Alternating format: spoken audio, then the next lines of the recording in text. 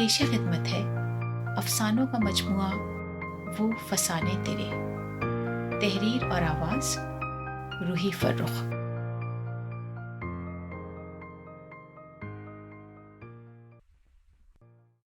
ایک حمام میں لوفر لفنگا منحوس کہیں کا غزالہ نے تل ملا کر اپنی دائیں جانب گھورا اور اپنی دانست میں اسے نظروں ہی نظروں میں کچا چبا ڈالنے کی پوری کوشش کی، مگر وہ بھی ایک ٹھیک تھا.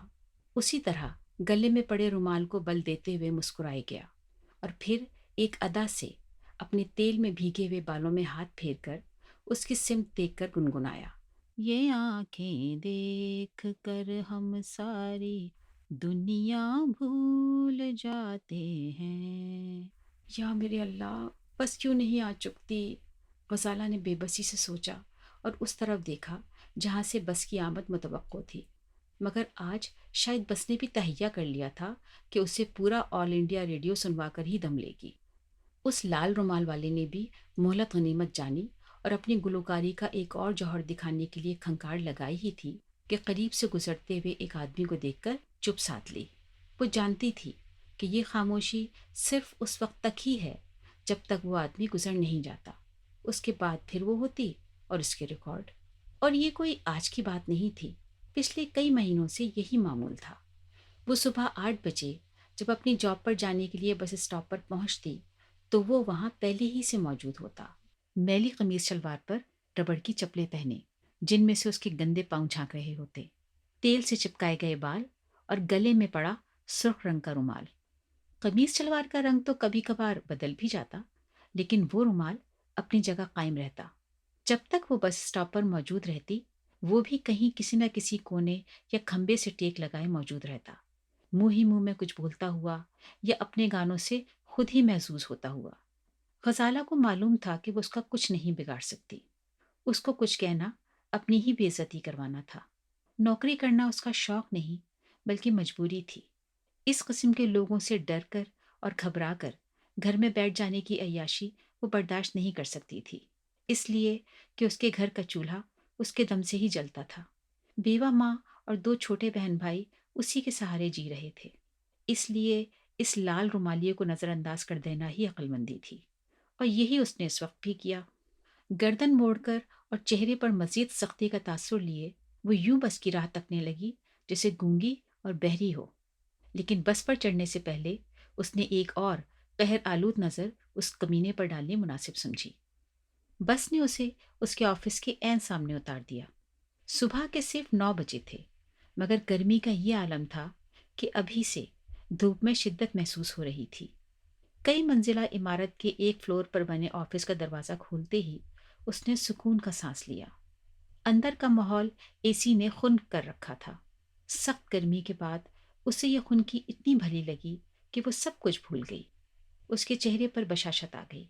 ٹشو پیپر سے پسینہ خشک کرتے ہوئے اور دفتر میں موجود تمام لوگوں سے دعا سلام کرتے وہ اپنی میز کی طرف بڑھی. کرسی پر بیٹھنے سے پہلے اس نے باس کے کمرے کی جانب نگاہ کی. گو دروازہ بند تھا، مگر اندر سے آتی آوازوں سے پتہ چل رہا تھا کہ حمید صاحب آ چکے ہیں. صاحب کب آئے؟ اس نے دروازے پر بیٹھے چپراسی سے پوچھا.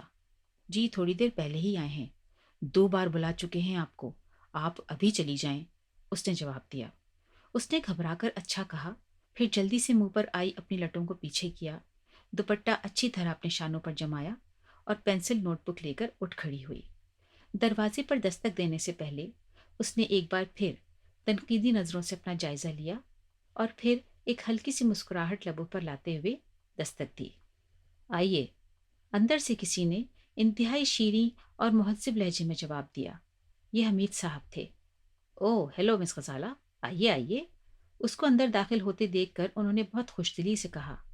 معاف کیجیے گا سر، مجھے معلوم ہوا کہ آپ مجھے 2 بار بلا چکے ہیں. آج مجھے کچھ دیر ہو گئی. دراصل رہنے دیجیے مس غزالہ، حمید صاحب نے نرمی سے کہا. پھر آفس میں موجود دوسرے شخص سے مخاطب ہوئے. ان سے ملیے عرفان، یہ میرے دفتر کی بہترین ورکر ہیں، انتہائی ذمہ دار اور قابل اعتماد. میں تو اپنے تمام اہم کام انہی کی تحویل میں رکھتا ہوں. اور مس غزالہ، یہ میرے بچپن کے دوست عرفان ہیں، حال ہی میں امریکہ سے آئے ہیں. بڑی خوشی ہوئی آپ سے مل کر. غزالہ نے مسکرا کر عرفان صاحب سے کہا اور پھر مشکون نگاہوں سے حمید صاحب کی طرف دیکھا۔ کتنی عزت سے مخاطب کرتے ہیں یہ مجھے ہمیشہ، اس نے سوچا۔ اب بھلا میں کیا چیز ہوں جو مجھے اتنی عزت سے اپنے دوستوں سے متعارف کروائیں؟ یقیناً تعلیم یافتہ لوگوں کی یہی باتیں تو انہیں دوسرے لوگوں سے ممتاز کرتی ہیں۔ اسے ویسے بھی اپنے باس جیسے لوگ بہت پسند تھے، پڑھے لکھے، سلجھے ہوئے دل و دماغ اور خوبصورت خیالات رکھنے والے لوگ، جو اپنی عزت کروانے کے ساتھ ساتھ دوسروں کی عزت کرنا بھی جانتے ہوں۔ حمید صاحب جتنی جاذب نظر شخصیت کے مالک تھے، اتنے ہی خوش لباس بھی تھے۔ آج بھی انہوں نے ہلکے گرے رنگ کا سمر سوٹ پہنا ہوا تھا، جس کے ساتھ ہلکے سرخ رنگ کی ٹائی بہت جچ رہی تھی۔ غزالہ نے ایک بار پھر تعریفی نگاہ ان پر ڈالی اور گویا ہوئی۔ سر، آپ کو کوئی کام تھا مجھ سے؟ ارے ہاں، وہ تو میں بھول ہی گیا، بہت ضروری کام ہے۔ حمید صاحب نے میز پر رکھے ہوئے کاغذات اٹھائے اور انہیں غزالہ کی طرف بڑھاتے ہوئے کہا، یہ کچھ پیپرز ہیں، انہیں ٹائپ کر کے آفاقی صاحب والے کیس کی فائل میں لگانا ہے۔ مجھے آج وہ فائل تیار چاہیے۔ جی ضرور سر، غزالہ نے سعادت مندی سے کہا اور جانے کے لیے مڑی۔ اور ہاں، ذرا عبدل سے کہہ کر اچھی سی چائے تو پلوائیے، حمید صاحب نے پیچھے سے کہا۔ جی ابھی کہتی ہوں، یہ کہتے ہوئے وہ باہر چلی آئی۔ اپنے پیچھے دروازہ بند کرتے ہوئے اس نے یہاں وہاں دیکھا، مگر چپراسی اپنی سیٹ پر نہیں تھا۔ خیر، ابھی آ جائے گا تو کہہ دوں گی۔ یہ سوچتے ہوئے وہ اپنی میز کی طرف مڑی ہی تھی کہ اس کے ہاتھوں سے کچھ کاغذات پھسل کر نیچے گر پڑے۔ کاغذات کو اٹھانے کے لیے اس نے نیچے بیٹھ کر انہیں سمیٹنا شروع کر دیا۔ پھر باس کے کمرے سے باہر آتی آوازوں میں اپنا نام سن کر اس کے کام کرتے ہوئے ہاتھ رک گئے۔ شاید دروازہ ٹھیک سے بند نہیں ہوا تھا، اس لیے اندر کی آواز باہر سنی جا سکتی تھی۔ غزالہ، یار یہی نام بتایا تھا نا تو نے؟ یہ پریاں کب سے رکھنی شروع کر دی تو نے اپنے دفتر میں؟ عرفان صاحب نے ہنس کر کہا۔ پری نہیں، حور کہو حور۔ یہ گھٹیا لہجہ کیا واقعی حمید صاحب ہی کا تھا؟ غزالہ کو اپنے کانوں پر یقین نہیں آیا۔ پھر تو نے جنت یہیں کما لی، ہمارے ایسے نصیب کہاں؟ عرفان صاحب نے حسرت سے کہا۔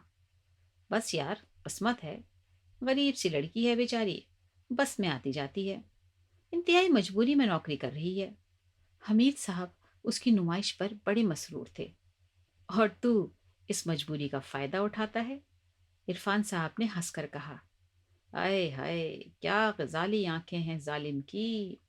دونوں دوست ایک دوسرے کے ہاتھ پر ہاتھ مار کے ٹھٹا لگا کے ہنس دیے تھے۔ غزالہ گمسم سی ہو گئی تھی۔ اسے یوں لگا جیسے وہی بس اسٹاپ والا جاہل اس کے کان میں گنگنایا ہو۔ یہ آنکھیں دیکھ کر ہم ساری دنیا بھول جاتے ہیں۔ وہ گھبرا کر اٹھی اور دونوں ہاتھوں کو ایک دوسرے میں بھینچے گرتی پڑتی اپنی میز کی طرف بڑھی اور کرسی پر گر کر اپنا سر تھام لیا۔ میرے خدا، کیا یہ حمید صاحب تھے؟ اس نے دکھ سے سوچا۔ محسب اور شائستہ اتوار والے حمید صاحب، اعلیٰ تعلیم یافتہ، خوش لباس اور خوش سلیقہ حمید صاحب۔ نہ جانے کیوں اس کے ذہن میں وہ میلا کچیلا لال رومال والا شخص گھوم گیا تھا، جس کی تمام حرکتوں کو وہ جہالت اور تعلیم سے محرومی کا نتیجہ تصور کرتی تھی۔ اس نے کرب سے سوچا، کیا فرق ہے ان تعلیم یافتہ اور جاہل ان پڑھ مردوں کی ذہنیت میں؟ کوئی فرق ہے؟ ہاں، ایک فرق ہے، رومال اور ٹائی کا۔